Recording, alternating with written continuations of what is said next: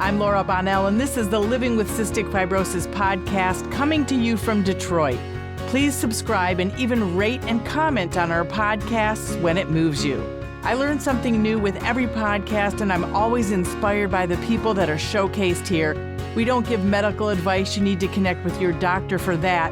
I hope that this Living with Cystic Fibrosis podcast educates you and sparks some volunteering or advocacy. The CF community needs people like you.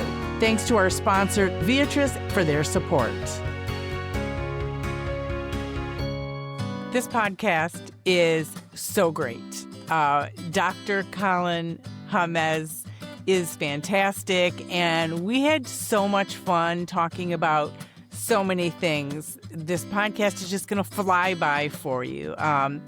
Colin has done remarkable things. He is just a person who is a blend of science, creativity, and purpose in the fight against cystic fibrosis. He was born in France and raised in the high desert town of Los Alamos, New Mexico, which is an environment steeped in scientific discovery, as he will explain. And he was interning at Los Alamos National Laboratory, and that is what sparked his early fascination with how innovation can change lives.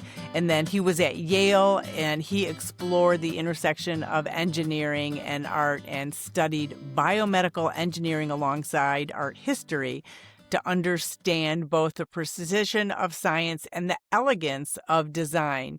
But it was a research trip to the Arctic University of Norway that set his path in motion. And while he was building mathematical models of antibiotic resistance, a challenge many people with cystic fibrosis face, as you all well know, Colin discovered that this was his true calling. And today he's a PhD student in Dr. David Liu's renowned laboratory at Harvard. And he's working on the cutting edge of gene editing for cystic fibrosis, which is so exciting, as we all know. And every day, Colin is pushing boundaries, again, as you will hear him say, imagining a future where science doesn't just treat CF, but it has the power to rewrite the story. Dr. Hemez works at the Cystic Fibrosis Foundation Therapeutic Lab in Boston and is doing gene editing. So he has a great future ahead of him, and you're going to hear all about it. And Dr. Hemez, it's official, right? Isn't it official after you do your dissertation? Yeah, it's official now as of 1 week, so that's a good feeling. That's amazing. It was great to watch. And also what I found really cool was that I understood about half of it. I loved the way you described it, and your dissertation was gene editing, correct? That's right. Just want to make sure I have it right. But yes, and I mean, talking about everything from editing and alleles and mutations and just all kinds of stuff. It was so interesting. And if it's okay with you, and if I can put the link in show notes, then anybody could watch it. Yeah, that's definitely all right. Yeah, and it means a lot that you got something out of it. So thank you. Yeah, it was great. So how long did it take you to get your PhD? How was that? Yeah, so I started my PhD at Harvard in the fall of 2020, in sort of the height of the COVID kind of restriction era. So for about my first 8 months or 9 months, we were kind of on shift schedules in the lab. So I had free reign in the lab from 1 p.m. to 1 a.m. That's when I was allowed to come in, because we sort of split the lab in two so that we could de-densify the lab space. So, started in COVID and worked for about 5 years and a few months, and just defended last week. You must have learned so much along the way. Yeah, absolutely. It was a really great program. I joined the Harvard biophysics program, and I was also joint with a medical engineering program administered through MIT. So as part of that program, I took about a third of an MD's worth of coursework. So lots of sort of clinical facing coursework, which is a great way to kind of connect the work I was doing with the lab with the clinic. I joined the lab of David Liu, whose group does gene editing as well as protein-directed evolution, mostly for therapeutic applications. And I had projects sort of in both of those spaces, and learned a ton from David, from everyone else in the group who are all experts in some field. I look back and I think I haven't fully sort of come to appreciate just how much I've kind of gained from it all just yet, but it was a really cool place to do a PhD. That is really cool. Your whole life is really cool to me. We're gonna go over so many things, and I want to talk to you about gene editing more after we Yeah. talk about like the beginning for you, Los Alamos, where there was so much science there. How did that, I guess, get you where you are and inspire you? Yeah, so I grew up in Los Alamos, and I guess backing up a bit, I was born in France, and my parents actually moved to the United States for science. They actually moved to the United States for science twice. Once to do their advanced degrees at Boulder, then they moved back to France, and then another time to start. My dad started a career at Los Alamos, so we came to this country for science. And science was kind of all around me as I was growing up. For those who don't know, Los Alamos is the town where the Manhattan Project kind of had a base. It's the location of the movie Oppenheimer, if you've seen that.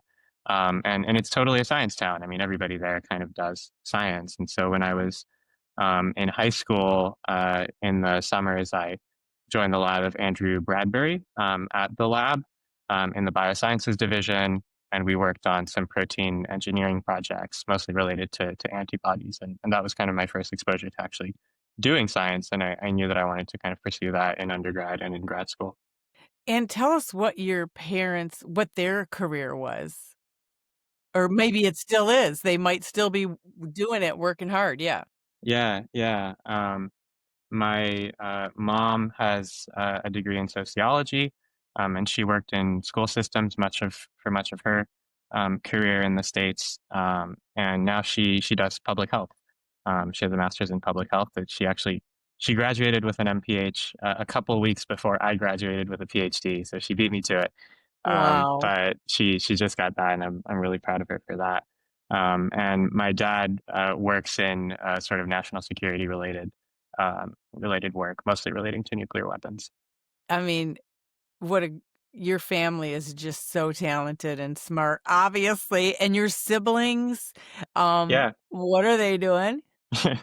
my my brother works for the Census Bureau, so he does demographics, working on surveys for the census.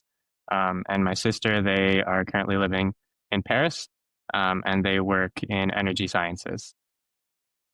A public service family of really smart, and we're lucky to have you all people. So I'm glad we talked about them because Yeah, you're having such an impact on the world, and it's really cool, to say the very least. It's so amazing. thank you. That means a lot. Was there one thing where you said, "This is it. I am science 100%"? Um, no, I think it kind of came on gradually. I was always interested in pursuing science, but have always had other kind of weird interests. In undergrad, I did a double major in biomedical engineering and art history, which was like a ton of fun. And I've always loved kind of the humanities and writing about art. And it's still something that I try to keep up now. So I think, I kind of gradually ease myself into a sort of full career in science, which I really enjoy doing. But I've always kind of had a bunch of weird interests, and I try to keep those alive even now. And I love that too. And we talked a little bit before the podcast started, but it's your whole, just your image from the clothing you wear. You're a non-traditional looking scientist, which I admire and embrace 1,000,000%, because I think you do give so much hope to other people that you don't have to fit one mold of what a scientist is. And honestly, every scientist I've ever met is super cool. They just may not dress as cool as you do. So, but I wonder, so you were talking Yale when you were at Yale and all that creativity. How do you bring that into science? I think a lot of science involves thinking a little bit outside the box. And kind of drawing from spaces, from disciplines that might not have any direct connection at the moment to the problem you're trying to solve, for example, but that might have relevance in some way. I think so many of the greatest innovations in science that I've been lucky enough to work with have sort of started out just as curiosities or as these threads that other researchers pursued because something in their data was off or they needed to explain something a little bit more deeply. And this is how CRISPR kind of started out. It was initially just this kind of curiosity that Jennifer Doudna, Emmanuel Charpentier, researchers at a yogurt company had, who sort of in parallel kind of pursued these questions. They just thought there was something interesting about them, and it turned into this sort of whole field of gene editing that we hope has some real therapeutic potential for people with genetic diseases. And isn't it cool when you talk about it's just creative thinking. Dr. Michael Welsh, who you probably Yeah, know, I just did a podcast with him and where he talks about cooling down the cell. Like yeah, only a scientist would think of such a wonderful idea to make the CF modulators work. I mean, just incredible. The other thing is, I was going to ask you is, what is your take on when you look at cells under the microscope? When I see like, honestly, if I had the time and maybe the money, I would just collect pictures of cells. They're so beautiful and yeah, colorful and yeah. different. Yeah, it's pretty amazing the enormous diversity of cells that we have in our own bodies, the different jobs that they do, the different ways that they kind of look, the functions that they perform. It totally amazes me that there's this kind of whole universe inside of our bodies that makes us us. And so looking at cells in a dish is a really fascinating experience as well for me. It's really cool. When Emily, my second, was born, we got a genetic photo of Yeah, her genetics because, uh, and it's one of my favorite pictures on earth. It's good. her and it's Yeah. genetically her and it's really incredible. I don't even understand it all when I look at it, but I just find it incredible.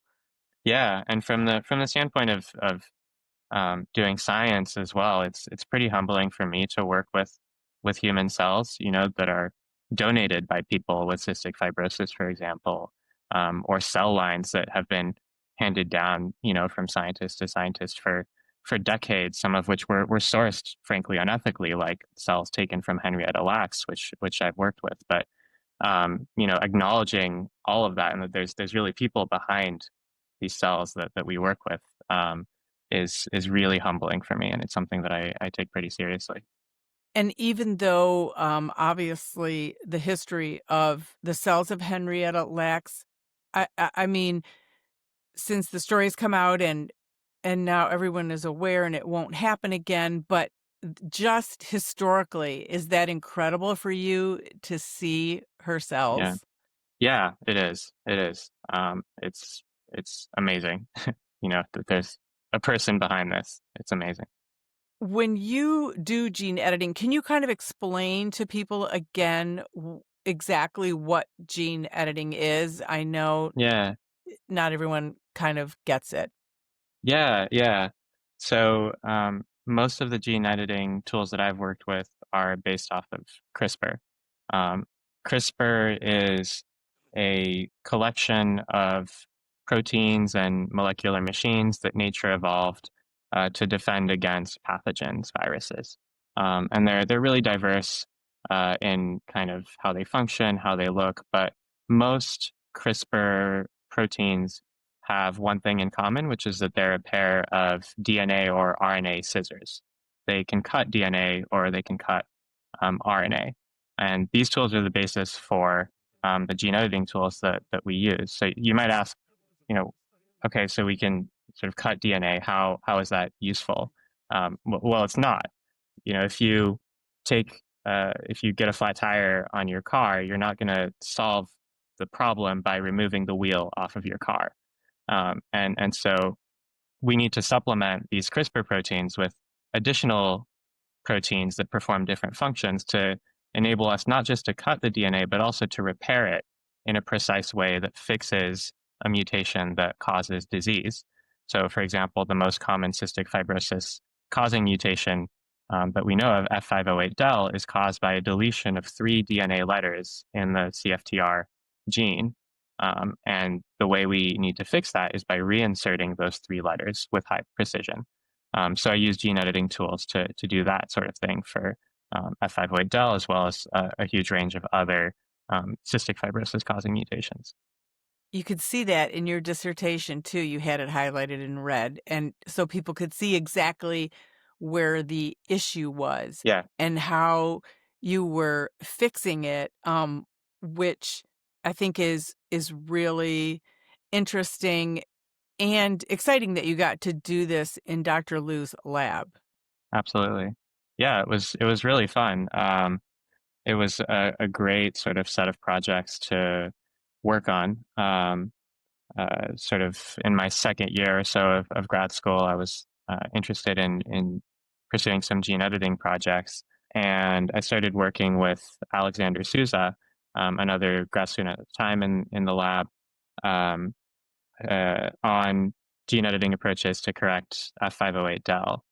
It had always been kind of an interesting target to go after because this 3 base pair deletion, as far as disease causing mutations go, is a bit of a strange one. There aren't too many of these sort of deletions like that we know of that are relatively common that cause disease.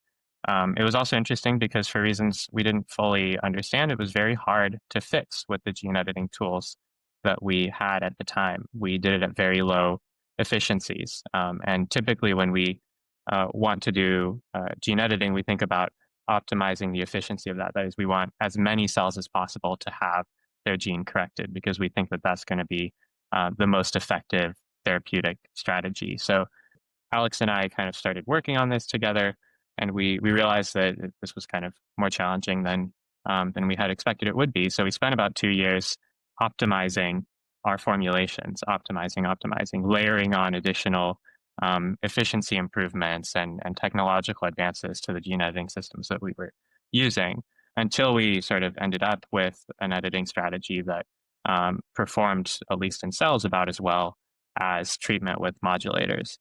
So it was really nice to see that we could sort of get to those levels with a gene editing strategy. And once that was kind of wrapped up and we published that paper, I started working on other cystic fibrosis causing alleles that are not treatable by modulators, of which there are hundreds, thousands. And that is so hard. I guess, what did you learn? What was the most interesting you learned while you were in that lab, and what do you think is the most challenging part going forward? Mm. I think some of the most interesting things that I learned in the lab, gosh, it's hard to choose. There's so many. I think it was really interesting to um, figure out what editing efficiencies we needed to achieve to get to levels of CFTR correction that match or that exceed the function that we see when we treat with modulators. We have these modulators, these really great drugs for treating cystic fibrosis that is caused by mutations that respond to it. That is kind of a huge asset when we're developing gene editing strategies because it gives us a benchmark that we want to try to reach.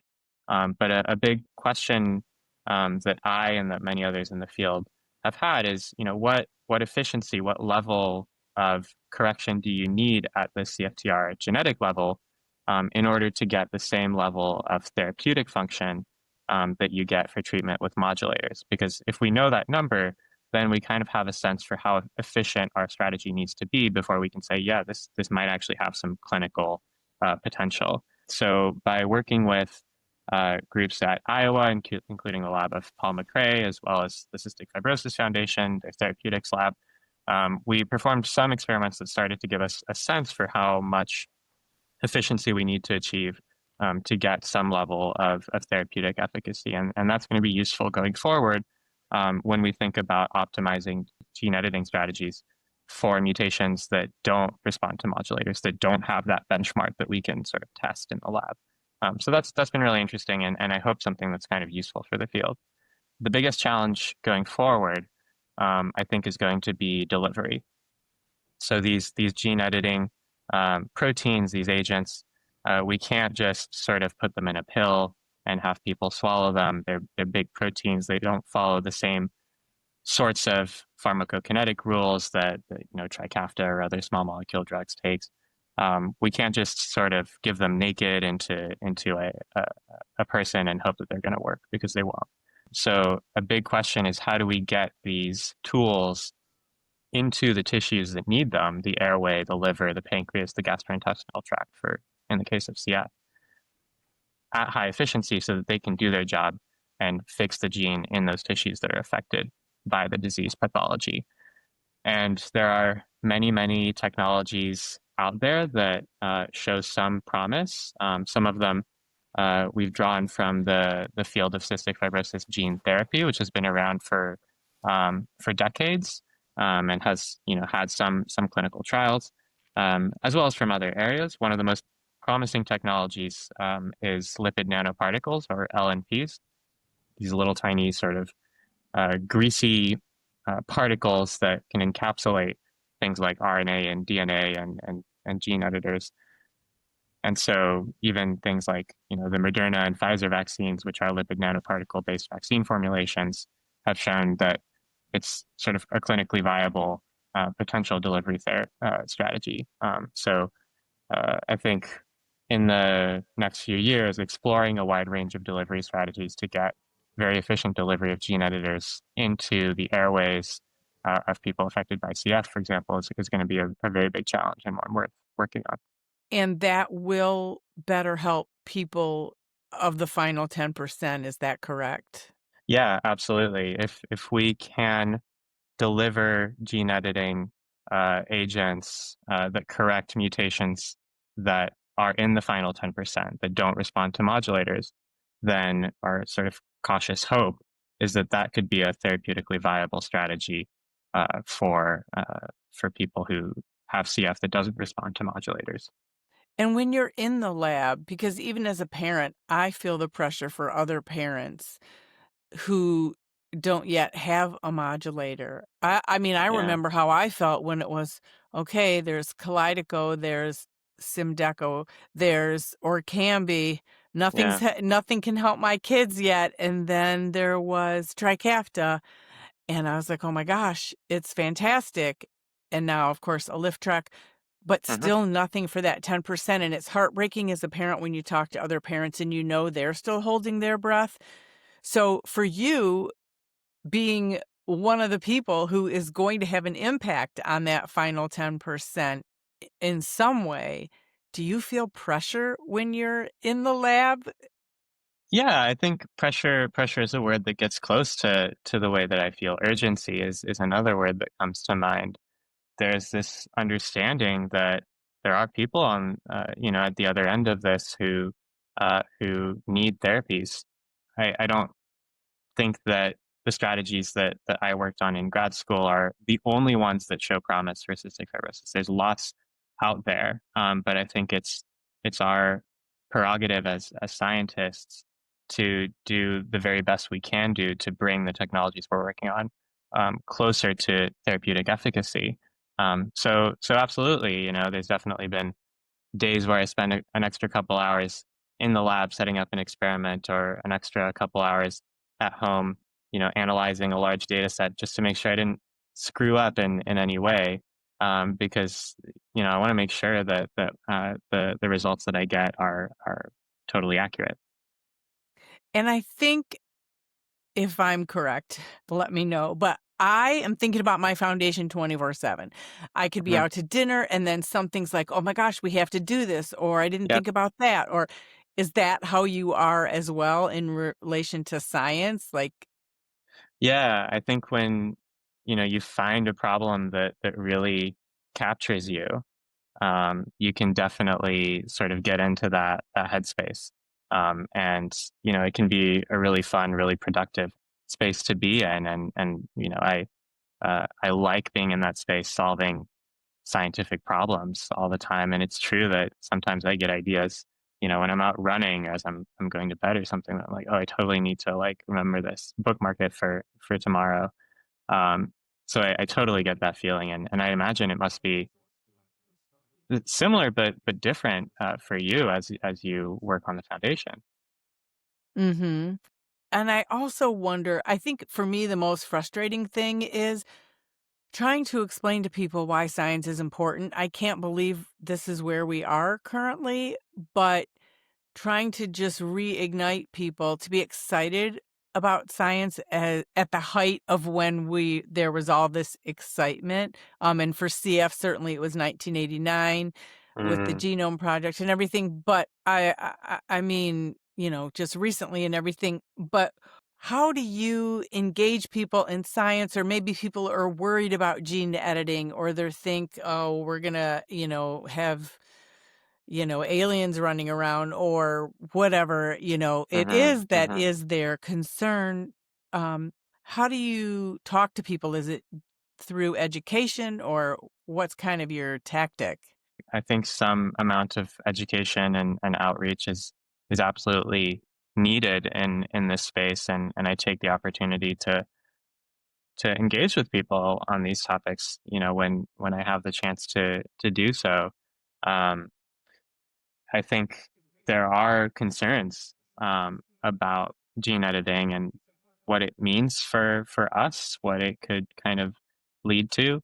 I think a sort of guiding principle for me that has been useful, and that is true for uh, many, the vast majority of scientists out there, is that we want to work on problems that have a very direct need. And so, we're focused on problems like fixing mutations that cause cystic fibrosis, fixing mutations that cause Friedreich's ataxia, sickle cell disease, these, very challenging genetic diseases that are devastating to the people who have them and to their families. And we have our hands full in working on those problems.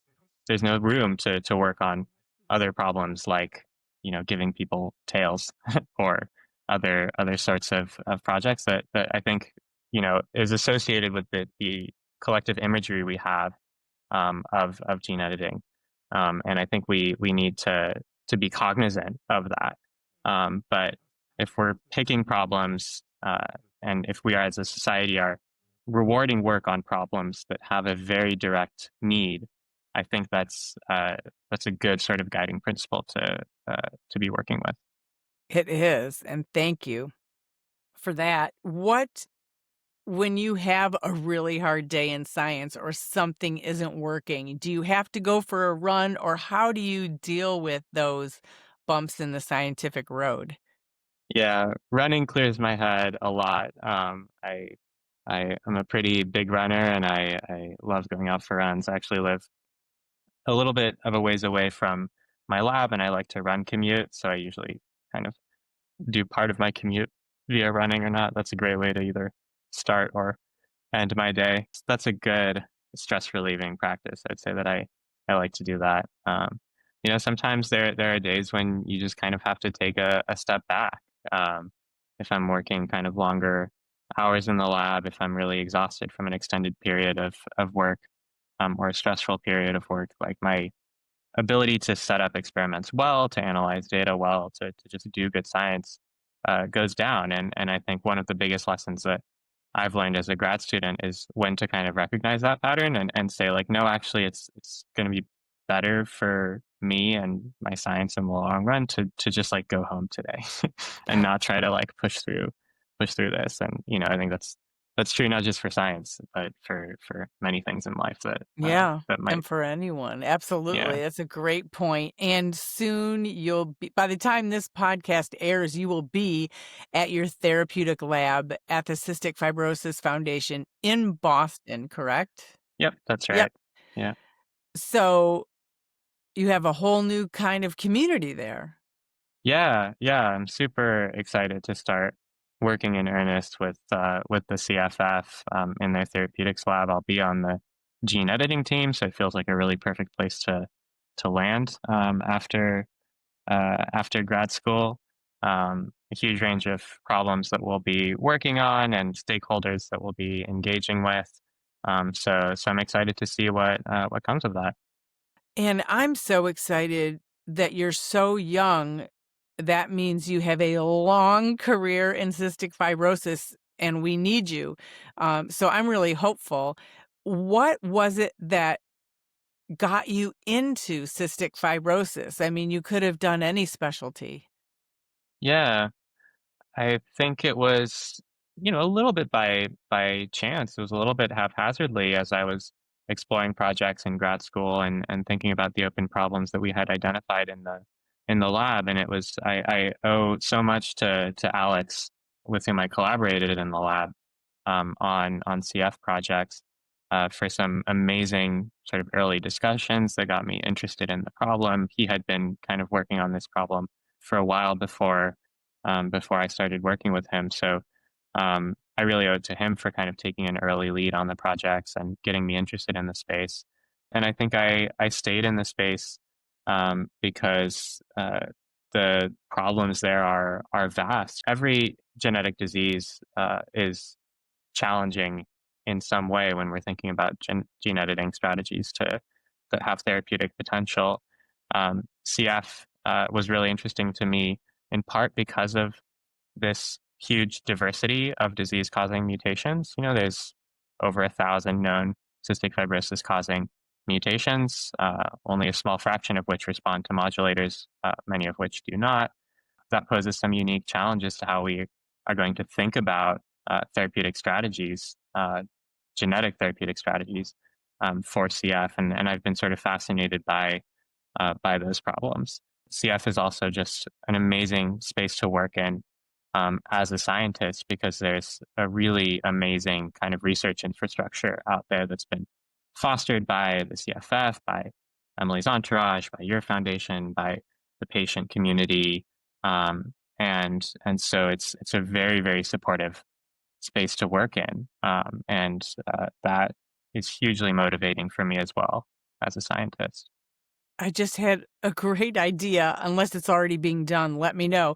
While you were talking about Alex Sousa, who, you got information from him, I think you should do public service announcements or something that we do in undergrad or in medical school to try and pull people into the cystic fibrosis specialty. I mean, the Yeah, Bonnell Foundation does have a fellowship program at the University of Michigan, so we are trying to keep and get, nice. um, fellows in CF. But I think we should do something with you and Yeah, others about, hey, this is why you should get into this specialty, because it's really important for the future of not only just cystic fibrosis, but rare disease, because what you work on will impact other diseases as well.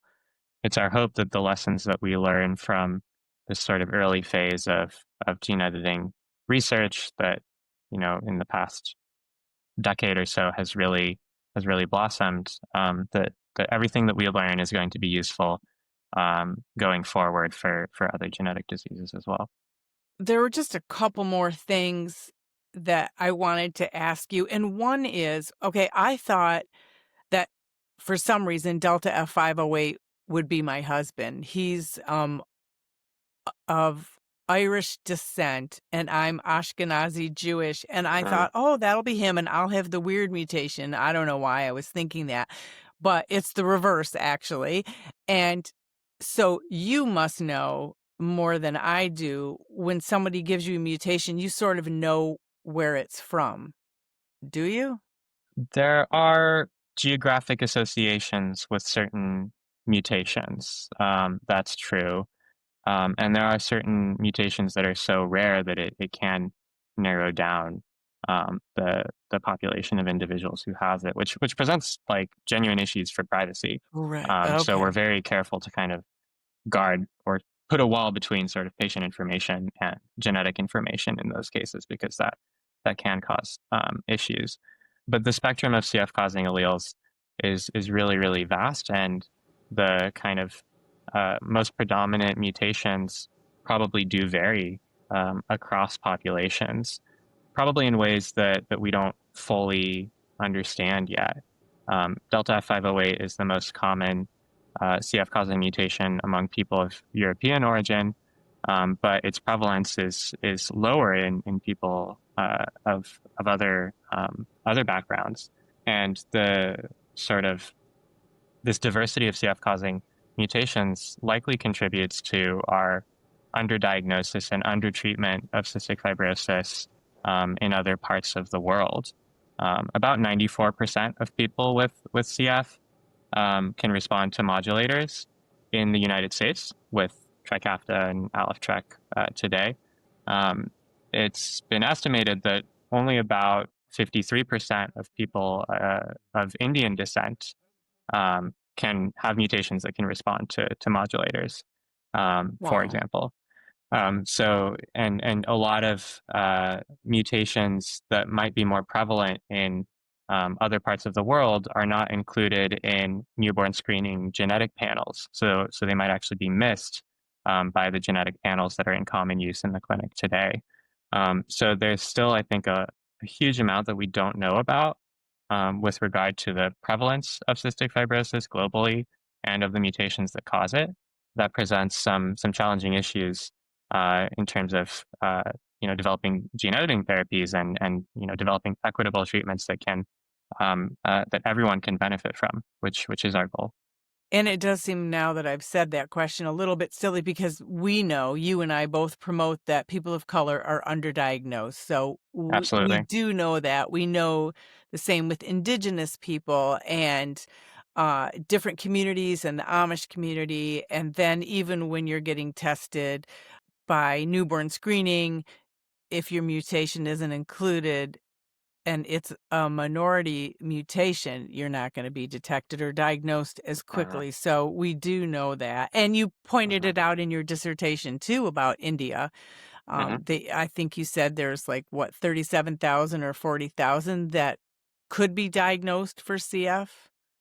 Yeah, based on the prevalence of CF among people of Indian and Pakistani origin, we would estimate that there's about 37,000 people with CF in the country of India, which is roughly the same number as the number of people with CF here in the United States. But there's only about 600 people listed in the Indian cystic fibrosis patient registry. So there does seem to be an underdiagnosis issue here. And I do want to end with your family, but before I ask you about that, tell us, excuse me, a little bit more of who you are. Like, do you like reading books on your time off away from science, or what kinds of things do you do? Uh, I've been asking myself that question in the past week too, now that I have a little bit of time to think about stuff that's not science. Like, who am I? Um, but yeah, I love being outside. I love running. I love going on adventures in the White Mountains, which are about 2 hours away from Boston, or elsewhere. I have a bunch of weird crafty hobbies. I like doing photography. I love making things with my hands. So I do a lot of leather work. I just love making things out of leather. Um, and so I spend a lot of time, spare time, I guess, doing those sorts of things and think about those things. Thanks for sharing that. Yeah. It's really cool. It's very Yeah. interesting. And I loved at the end of your dissertation that you shared pictures of your family and your parents were there. Yeah. Um, wow, they did a great job with you. And I'm sure with your I siblings as agree. well, but hats off to them. Hopefully I get to meet them one day because they I hope seem so too. really cool. Obviously, you're native to France. Yeah. So if you can tell us a little bit about what you hope for your future in French, and then just translate it for us in English as we end this podcast. Alors, because you did speak French in your dissertation, and I just I thought it was did. so beautiful, and you were getting choked up talking about your parents. Yeah. Yeah. So Yeah. that's why I asked, because And my extended family, yes. who most of whom are in France. Hope for the future. J'espère qu'on puisse avoir un environnement très vif pour faire la science pour tout le monde, en France, aux États-Unis et partout dans le monde. I hope that we can sort of build an environment, a very lively environment for doing science in France, in the United States, in the rest of the world, that allows us to continue to innovate and hopefully bring therapies closer to the people who need them. I think I've been thinking a lot in the past year or so about what it means to do science in this country, what it means to do science in Europe, and just how precious it is to have a robust scientific infrastructure, a robust community for doing science, and robust funding mechanisms for science. And all of that means so much to me. And, I don't think it's an understatement to say that 100% of the reason I'm doing science is because of that environment that's been built up over many decades to do good science in this country. And so I hope that we can continue that good work, and that we safeguard that, because it's extremely valuable. Well, thank you for talking with us on this podcast. I think the CF community is in good hands with you. I feel like we have high hopes. No pressure. Thank you, Laura. We It means have a high lot. hopes. I'm so excited for what comes next, and I'm just thrilled. Yeah, thank you. Yes, thank you, Colin. Dr. Cool. Colin Hemez. Thank you so much. It was Appreciate great. it. Thank you. The original music in this podcast is performed by Kevin Allen, It's not complicated. who happens to have cystic fibrosis. We all got our worries and fears. I know it's got you frustrated, but loving you is so alright. This has been the Living with Cystic Fibrosis podcast. For more information and to learn more about the Bonnell Foundation, visit our website at thebonnellfoundation.org. That's the BONNELL Foundation.org. This podcast was produced by Jag and Detroit Podcasts. Follow our show on Apple, Spotify, YouTube, or wherever you're listening right now.